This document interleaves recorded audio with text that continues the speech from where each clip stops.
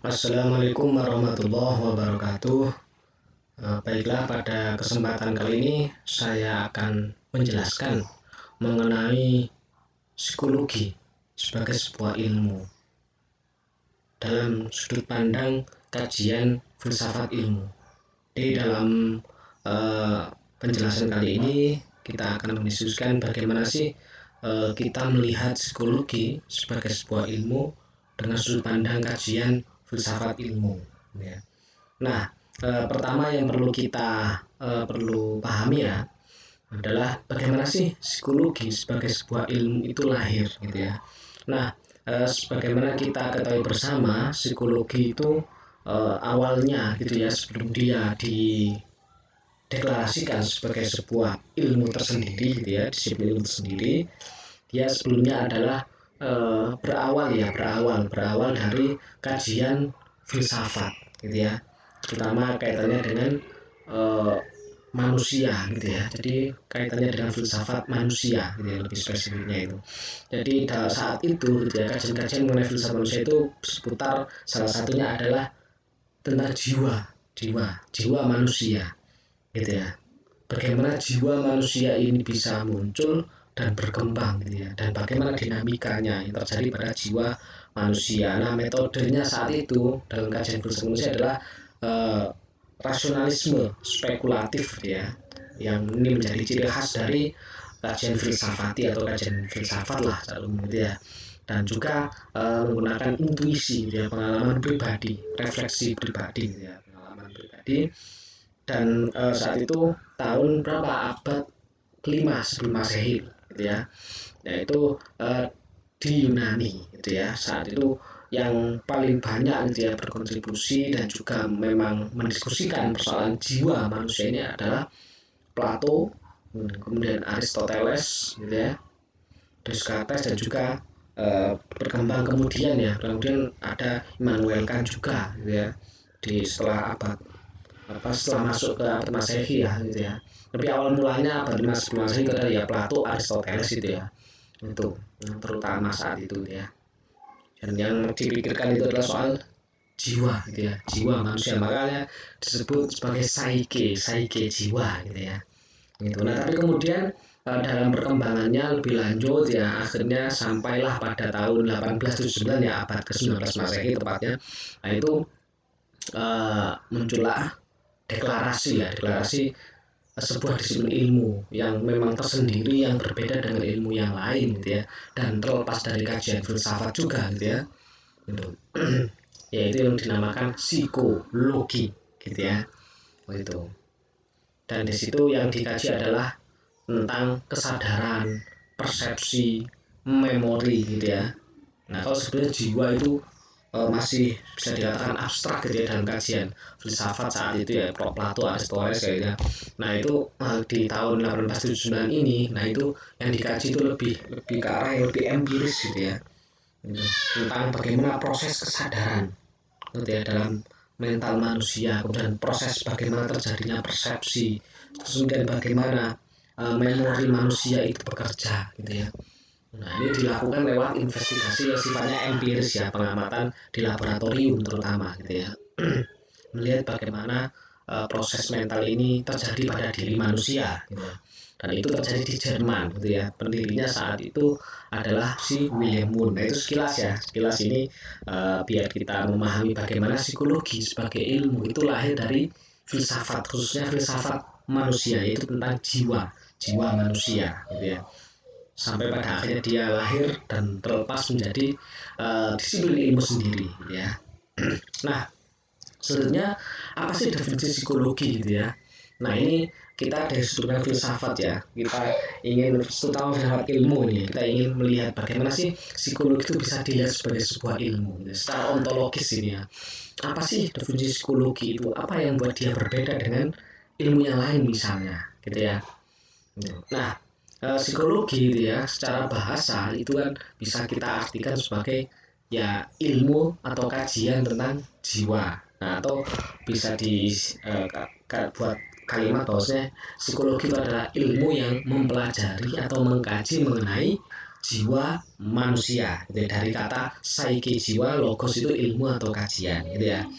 Nah, kemudian secara istilah gitu ya dikembangkan menjadi sesuatu yang khas gitu ya.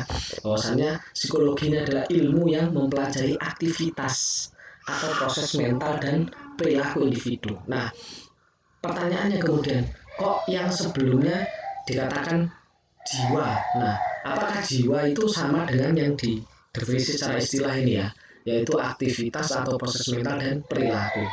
Apakah jiwa itu sama dengan proses mental dan perilaku?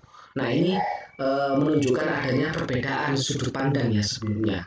Kalau jiwa itu saat masih dalam kajian filsafat manusia, itu jiwa itu sesuatu yang apa ya, masih bisa dengan abstrak gitu ya itu. Nah, kemudian akhirnya kemudian coba diempiriskan tadi ya, karena terkait dengan karakteristik sebuah ilmu gitu, yang harus rasional dan empiris gitu ya. Nah, akhirnya para ilmuwan itu salah satunya Wilhelm Wundt gitu ya, yang dia kemudian mendeklarasikan psikologi gitu ya.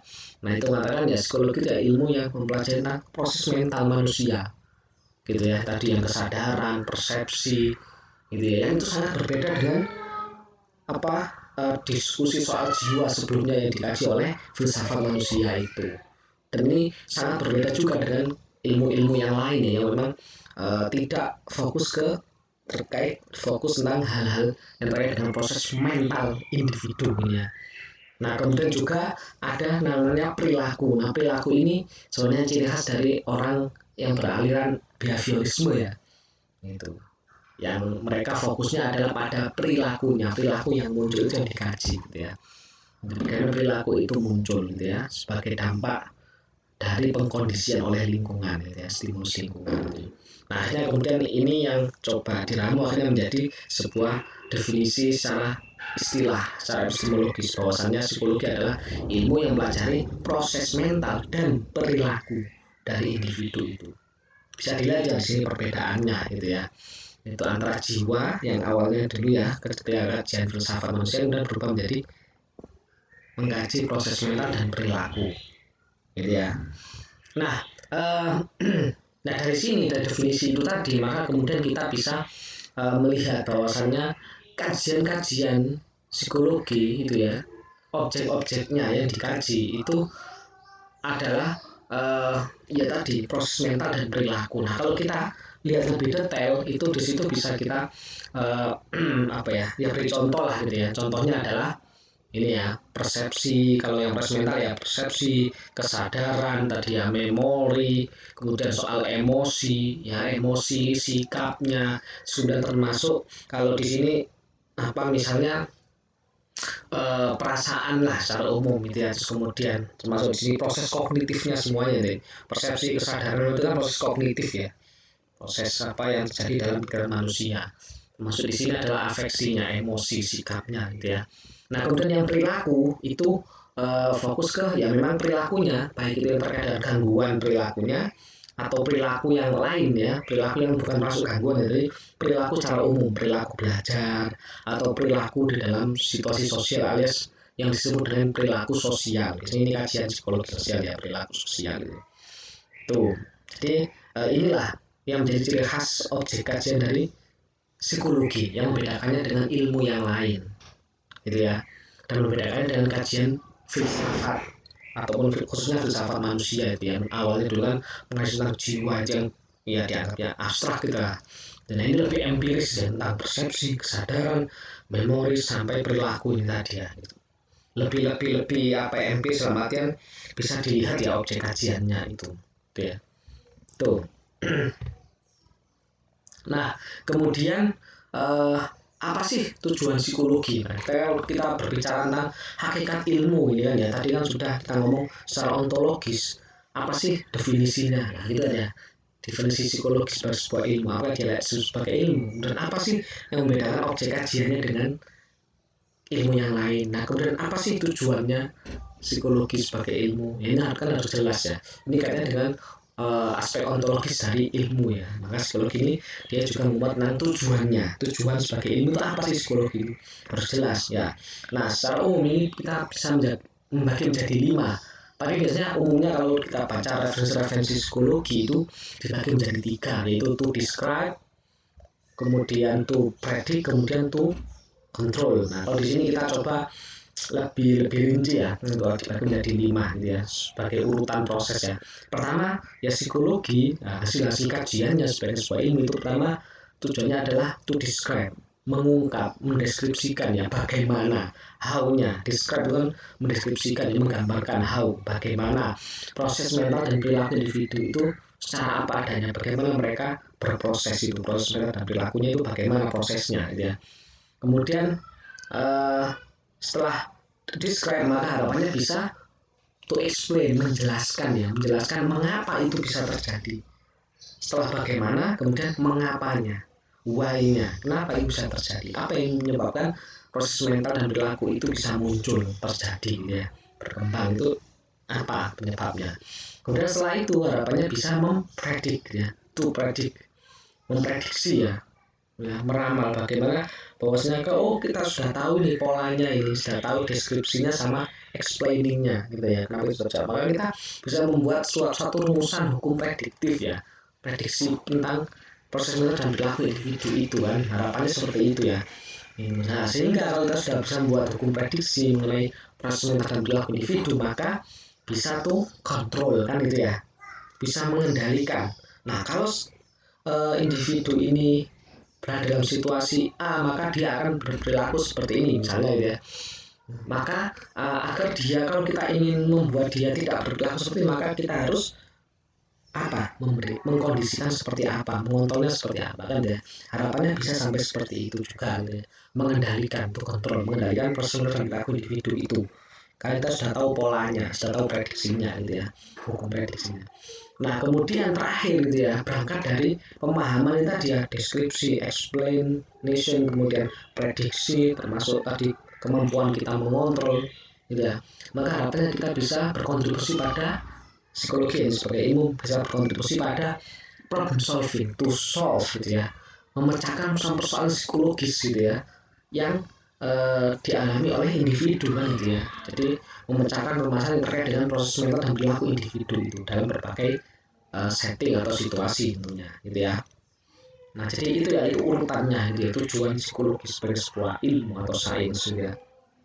Nah, kemudian tadi kita sudah bahas psikologi dari aspek ontologis, filsafatnya ya, filsafat ilmunya, aspek ontologisnya. Sekarang dari aspek epistemologinya tentang filsafat ilmunya gitu ya, tentang metode ilmiahnya gitu ya. Epistemologi kan membahas tentang bagaimana ilmu itu bisa dicapai, bagaimana pengetahuan ilmiah itu bisa diperoleh, bagaimana pengetahuan itu bisa didapatkan ya. Nah, di sini psikologi karena dia adalah termasuk dalam pengetahuan ilmiah, termasuk dalam kategori ilmu gitu ya, maka dia harus memenuhi secara epistemologi ya, dia harus memenuhi, selain tadi secara ontologi juga memenuhi hakikat ilmu, maka secara epistemologi juga harus memenuhi kaidah ilmiah ya. Nah, kaidah ilmiah itu maksudnya apa ya, metode ilmiah itu kan. Nah, apa sih metode ilmiah dalam psikologi itu yang digunakan? Nah, metode ilmiah dalam psikologi yang digunakan adalah ada 3 secara umum ya. Pertama, metode ilmiah yang berparadigma gitu ya, menggunakan cara pandang yang positivistik. Nah, ini sudah kita bahas ya sebenarnya cara pandang positif seperti apa. Nah, di sini akhirnya melahirkan yang namanya, mungkin kalian sudah sedikit mengetahui ya, yang melahirkan akhirnya yang namanya metode penelitian kuantitatif gitu ya. Nah, kemudian yang kedua gitu ya, ada juga yang menggunakan pendekatan atau paradigma atau cara pandang interpretif. Nah, ini nanti ya lebih ke melihat cara pandang individu dari sudut pandang dirinya sendiri gitu ya, itu bukan lewat penghitungan angka-angka kuantitatif ya. Nah, ini menggunakan metode penilaian kualitatif ya. Saya kira paling nggak sudah pernah dengar ya metode penilaian kualitatif, tapi nanti untuk pendalaman ini ya silakan didalami lewat mata tersendiri ya, apa itu metode penilaian kualitatif, apa itu kualitatif ya. Termasuk yang ketiga ini ya. Nah, ini ada juga dalam penelitian psikologi yang menggunakan metodenya itu, pendekatannya itu adalah pendekatan kritis gitu ya. Nah, di sini menggunakan penelitiannya ya, menggunakan akhirnya metode penelitian tindakan, biasanya diistilahkan sebagai bahasa Inggris action research atau participatory action research. Ini juga silakan nanti bisa didalami di mata kuliah sendiri ya. Tuh. Atau lewat silakan mendalami misalnya berbagai referensi gitu ya tentang buku-buku tentang metode penelitian. Nah, ada namanya penelitian action research atau PAR, participatory action research ya. Tuh. Nah, kemudian ini terakhir ini adalah tentang ini psikologi sebagai sebuah ilmu gitu kan ya. Itu dia kajian-kajiannya itu ternyata ini sebagai pengetahuan aja, saya kira kalian sudah mengetahui bahwa psikologi itu ternyata ada cabang-cabang kajiannya loh. Secara umum ada 5 itu ya. Sehingga menjadi kalau di jurusan psikologi itu menjadi peminatan lah istilahnya. Ada 5 itu, pertama psikologi industri organisasi, kemudian psikologi perkembangan, kemudian psikologi klinis, psikologi sosial, dan psikologi pendidikan. Dan ini memiliki kekhasan masing-masing terkait dengan setting atau fokus kajiannya gitu ya. Itu. Nah, itu sebagai pengetahuan ya bahwasanya bagaimana psikologi sebuah ilmu itu apakah dia melayani sebagai ilmu. Nah, tadi sudah kita bahas ya tentang kekhasan psikologi dari segi ontologis, epistemologis gitu ya. Termasuk tadi tentang fokus kajian psikologi itu ada pembagiannya juga gitu ya. Itu. Nah itu penjelasan yang bisa saya sampaikan terkait kajian filsafat ilmu untuk yang psikologi gitu ya. Bagaimana psikologi dilihat dari sudut pandang filsafat ilmu gitu ya. Nah itu yang bisa saya sampaikan. Terima kasih. Wassalamualaikum warahmatullahi wabarakatuh.